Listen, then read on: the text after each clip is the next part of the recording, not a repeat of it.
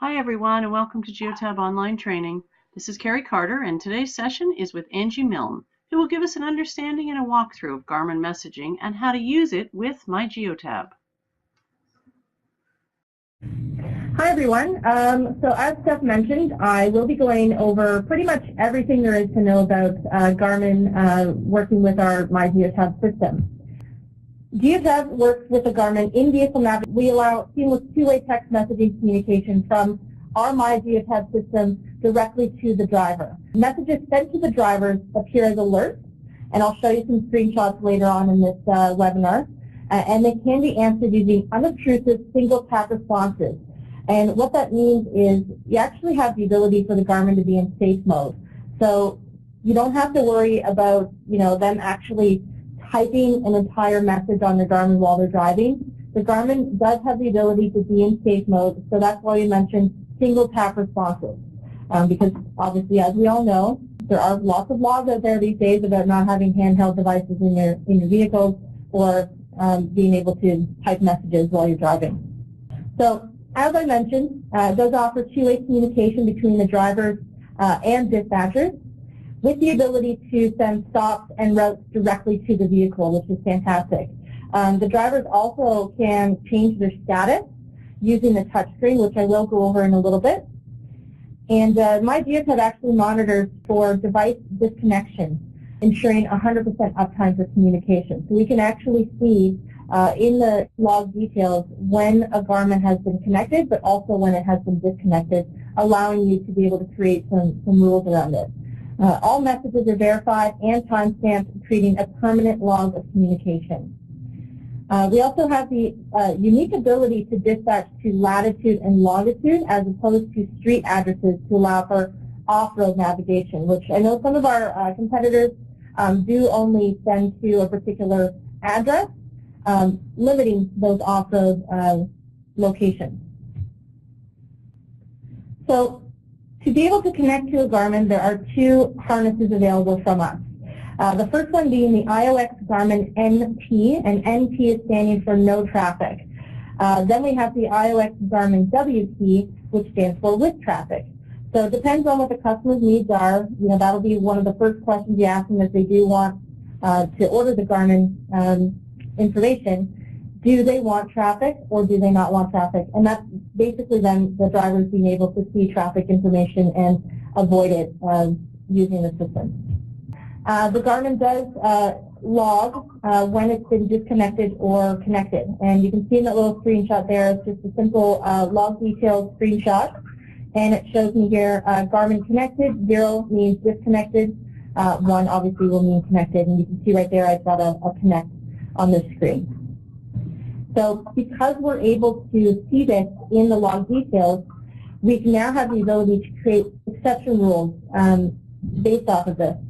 So you could, as Steph kind of mentioned earlier to me, it's a good use of using that beep 10 times in the driver feedback for a rule to notify the driver that, hey, your Garmin's become disconnected. You need to, check the cables and plug it back in.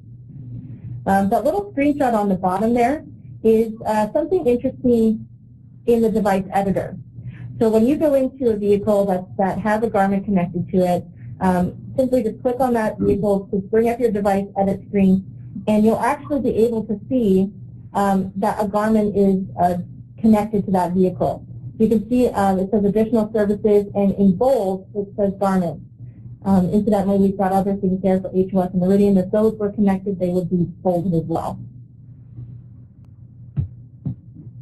Compatible models. So this is a question that we get often where resellers asking me, hey, do you know if your system will work with this particular model? We're constantly always testing with all Garmin models that are out there, and we actually do have a knowledge-based article that is always going to be up to date that lists all the compatible Garmin devices. You can see with the list down below, all of these are compatible with the Go 6, Go 4 V3, Go 4 V3 is an older harness. It says there will require the Garn NT and Harn WT.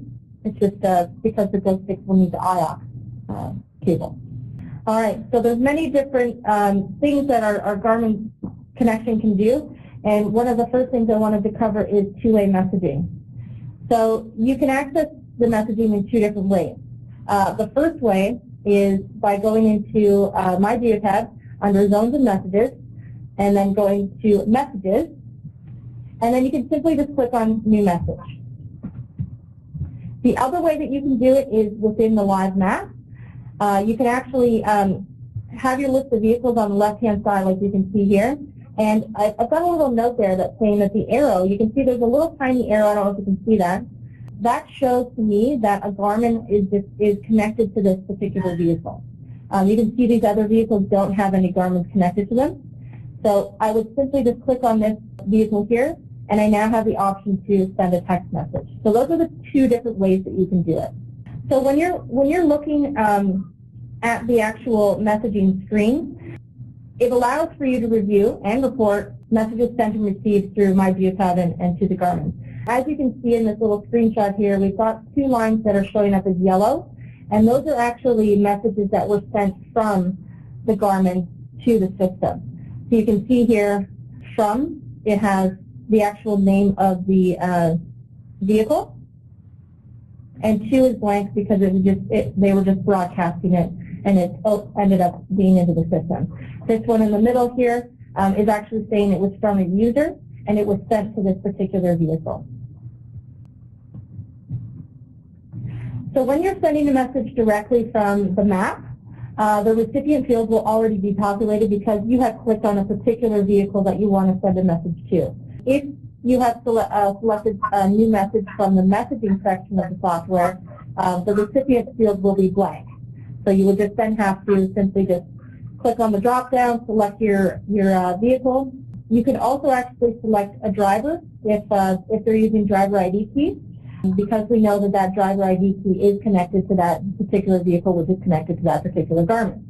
Also, you can send to a group of vehicles as well. So the messaging can be used to alert a driver of traffic, avoid a certain road, ask them to complete a certain task. Those are just a few examples, but you can use it for any communication to the driver. So, for example, this one here, I asked somebody to take me a coffee on the way back. And let me just go back here. If you can see the recipient, I do have it sent to quite a few people because I just want everybody. I'm going to send it to everybody. Can somebody please bring me a coffee? We have the ability to choose just the standard options, yes or no, or reply options, but you can actually also put in your own custom ones. And you basically just separate them out by a comma. So for my own custom ones here, I put yes, no, and go away. You can put whatever you want and just keep adding, and those options will pop up on the Garmin for the driver to just tap on as their response. All right, so once the message is sent, it will appear in the messages section with the timestamp of when it was sent. You can see that right here in this line that says sent. Once it's actually received from the Garmin, it will actually change from saying sent to delivered with the actual delivered timestamp. Hey, Angie, can I make a comment real quick? Absolutely. This is a big market differentiator over other Garmin technologies because there is no notification in my experience that says that message that you sent actually got received in the vehicle. So this is a big difference between what we do and our level of accountability compared to I sent it, the vehicle was off for 4 hours, it only tries to send for 30 minutes. If it doesn't get through, it just doesn't get through. And that's the way other systems have been described to me. So just be advised, this is a big advantage because you can always tell whether it was sent, when it was delivered, when it was read, and when they respond.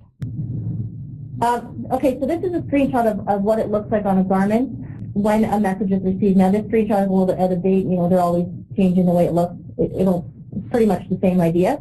So it will pop up as a little envelope letting you know that you've got a new message.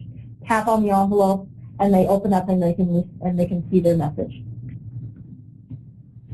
So this little screenshot here shows me that I do actually have a response from a vehicle, which you can see them in line going into that messages section. So now you can see that it says delivered with the time that it was delivered, and then my reply of yes. So we have the ability to set up status groups in the system. So they allow for the dispatcher to see who's available or on the job, maybe they've broken down, any statuses that you want to set up in the system. So you can create your own custom status groups that are relevant to your own company.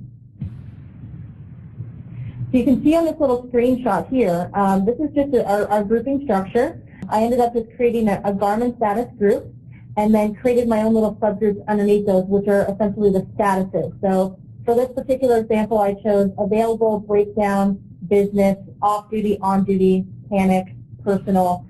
You can expand that to whatever the needs are. To apply these to the actual vehicles, Garmin themselves, you simply just go into the device editor, and you can do this for a bulk edit as well. You don't have to worry about doing it one by one. If you go into the Groups tab, at the top we've got what groups the vehicle is applied to, and those are location groups and whatnot. But you can see below it says messaging status groups. Now, keep in mind that you do have to apply the individual status groups. So simply just adding in the parent group called status groups will not work. They won't have the actual statuses show up on their Garmin. So you do have to actually put in those individual statuses there. Now the great thing about this is, once again, we're talking about rules. Because we're able to set up these status groups, you can actually create some pretty cool rules around it. For example, you could create a rule that looks at if the ignition is true or false, and then the feedback, select under driver feedback the option to change status. So what this does is every time they turn the vehicle on or every time they turn the vehicle off, the Garmin will actually prompt them to change their status. So whether they're shutting the vehicle off, they're probably off duty. They're turning it on, they're on duty. Maybe they're available. There are some other scenarios that you can think of. That's just one example that I kind of threw out there. Because I wanted to touch on this a little bit, because in this particular example that I gave, I created a rule based on ignition. There is a setting within the device editor. If you were to go to device edit and hit that more details button, when you scroll down, you see this option that says turn GPS text device off. By default, it's set to immediately. So basically what that means is as soon as you shut the vehicle off, the Garmin will shut off right away with it. I always recommend, if you're creating rules around this, especially an ignition type of rule, to set it to possibly 10 minutes is the lowest you can set it to. So what that does is it allows the Garmin to stay connected for 10 minutes after the ignition is turned off to allow for that notification to be sent to the Garmin to change the status. So keeping with the status group, dispatch now, when they're in the system, they can actually go to the live map and they can see who is available, who's broken down, who's anything, any status. So all they simply do is they go into the live map, they go into the highlight group section, and then they filter down to their Garmin status group. So you can click on available, and it will show me actually who is available on the map. Just to touch on that, I didn't put the screenshot in there, but it will actually highlight the vehicles on the map, the color of that group. So if I made my available group green, then all of the vehicles that are available will highlight in green, and all the ones that usually don't have that status, they'll just be grayed out. So it's very clear to see on the map who is available and who's not. So because kind of a good segue, checking to see who's available, maybe I want to send them to an address. So you can send an address to a Garmin in two different ways. You can do an address search in the map, or you can use the nearest function. So doing the address search, with the vehicle selected, you can type in the address in the search bar like I've done in that first screenshot, and just click on the result that I get. And then it's just going to bring me to that location on the map. From there, it actually sorts that list of vehicles, and it puts the nearest vehicle to that location at the top.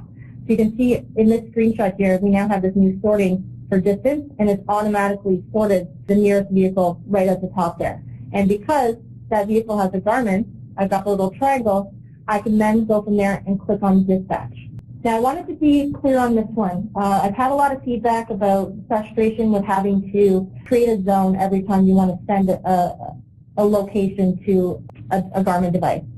The reason why a zone must be created is what I touched on earlier, is that we send the latitude and longitude to the Garmin. We don't send that particular address.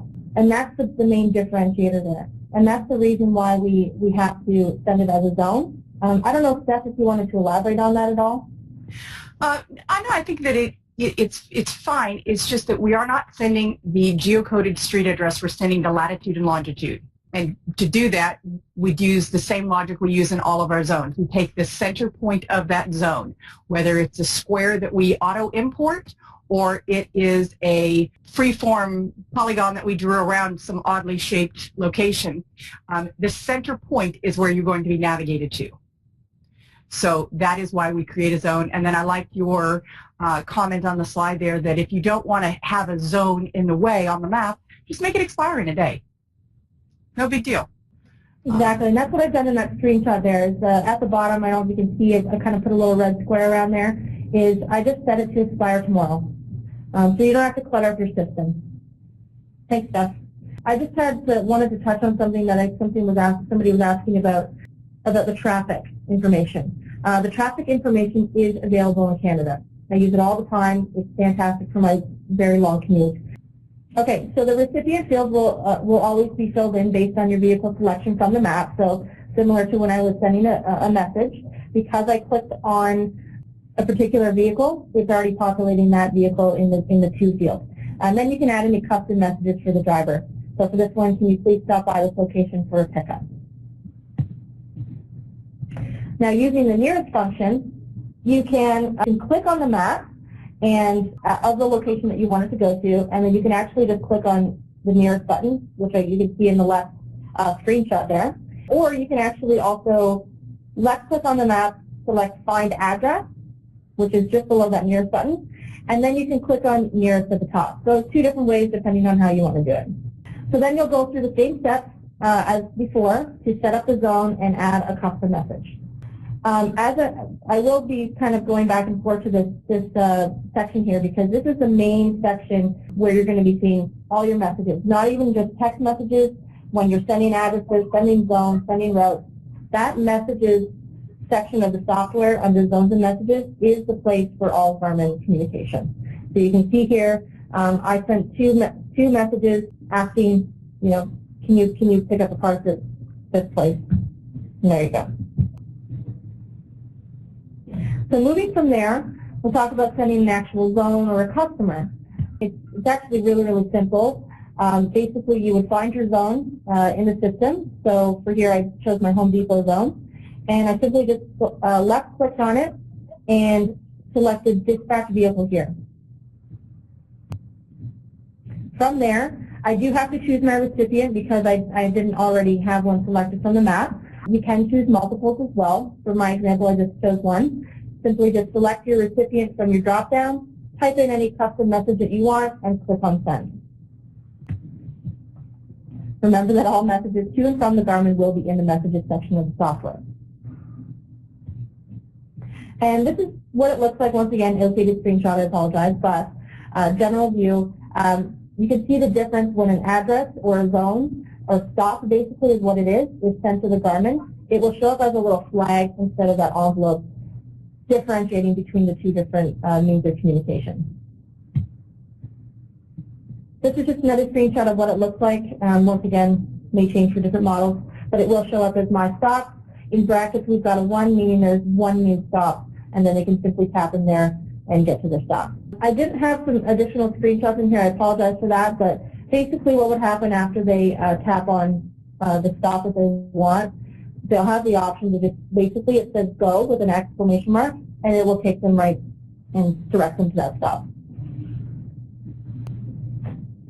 So moving forward, we can talk about sending a route. Now, I will not go into detail about creating routes and all that kind of stuff, because we could do another webinar session just on routing. But just to give you an idea, our system allows for routes to be sent to the Garmin. Now, this has been brought up with me a couple of times where some customers like this feature, some customers don't.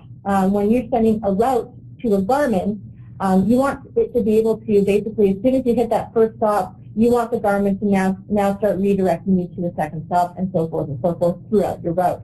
for it to be able to work, you have to put in a custom code into the database. And the reason why we've done it this way is because some people don't, for some reason, want it to do that, so we've given people the option. So it's simply just going into system settings. You can see we've got a custom code section on the main system settings screen, and you would just put in the code, auto arrive all together, and now it will work the way that I've just explained it. So once you've got a route in the system, simply you would just go into your route section of the software, under zones and messages, routes, and then go into routes again. You'll have your list of routes. You simply go into the route that you want to send, and then you have a button at the top that just says send to vehicle, simple as that. You can put any comments in there for the route, and then you've got your description there.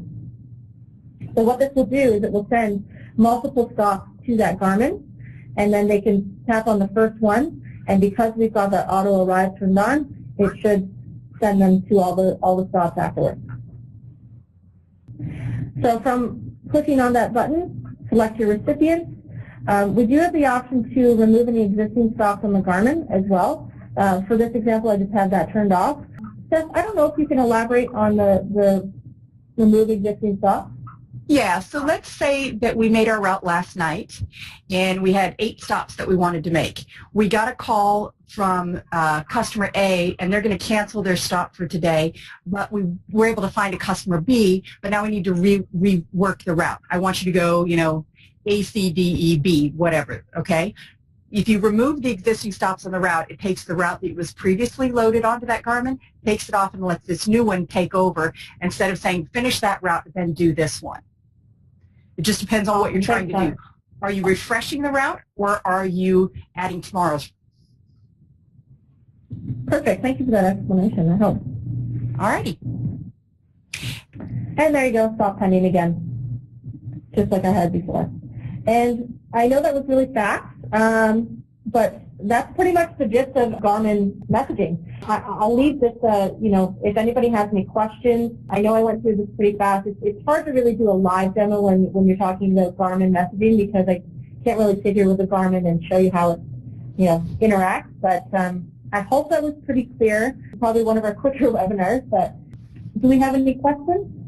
Angie, I think it's important that we just make a quick point to remind everybody that if you're going to hook a Garmin to a Go device, you may want to use that setting under the Vehicles and Devices setting to not turn the Garmin off for 10 minutes so that status changes and messages and things like that can be processed by the Go device and the Garmin even after you turn the ignition off, just as a reminder. Yes, thanks everybody. I'm just looking through the questions. It looks like Jordan was able to assist everybody. So if you have any questions additional to what you've put in there, or if maybe something pops in your head later, definitely let us know. You can email geosales@geotab.com or directly to your account manager, and we will definitely let you know the answer. I think we're good so far. So I will finally end it. I apologize for that. But yes, once again, if you have any questions, reach out to your account manager, and they will answer them for you. Thanks again, everybody, and have a great day.